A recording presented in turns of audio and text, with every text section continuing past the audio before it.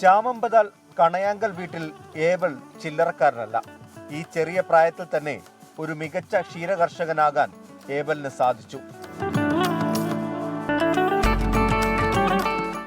അച്ഛൻ ജൂബിൻ തുടങ്ങി വെച്ചതായിരുന്നു പശു വളർത്തൽ.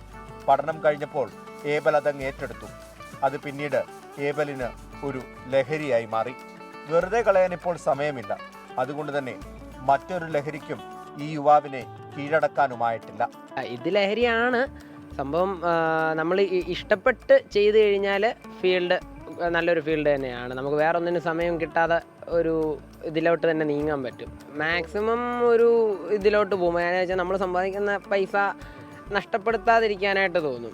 കറവ, തീറ്റയൊരുക്കൽ, കുളിപ്പിക്കൽ, തൊഴുത്തു വൃത്തിയാക്കൽ എന്നു വേണ്ട എല്ലാ ജോലികളും ഒരു മടിയും കൂടാതെ ഏബൽ ചെയ്യും.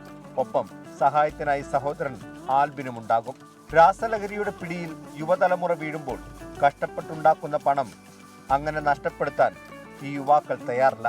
ക്ഷീരകർഷകൻ മാത്രമല്ല, കൃത്രിമ ബീജസങ്കലനം നടത്തുന്നതിന് അംഗീകൃത സർട്ടിഫിക്കറ്റുള്ള വ്യക്തി കൂടിയാണ് ഈ യുവാവ്.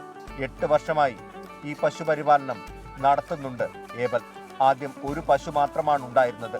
എന്നാൽ ഇന്ന് ഒരു വലിയ ഫാം തന്നെ ഏബലിനുണ്ട്.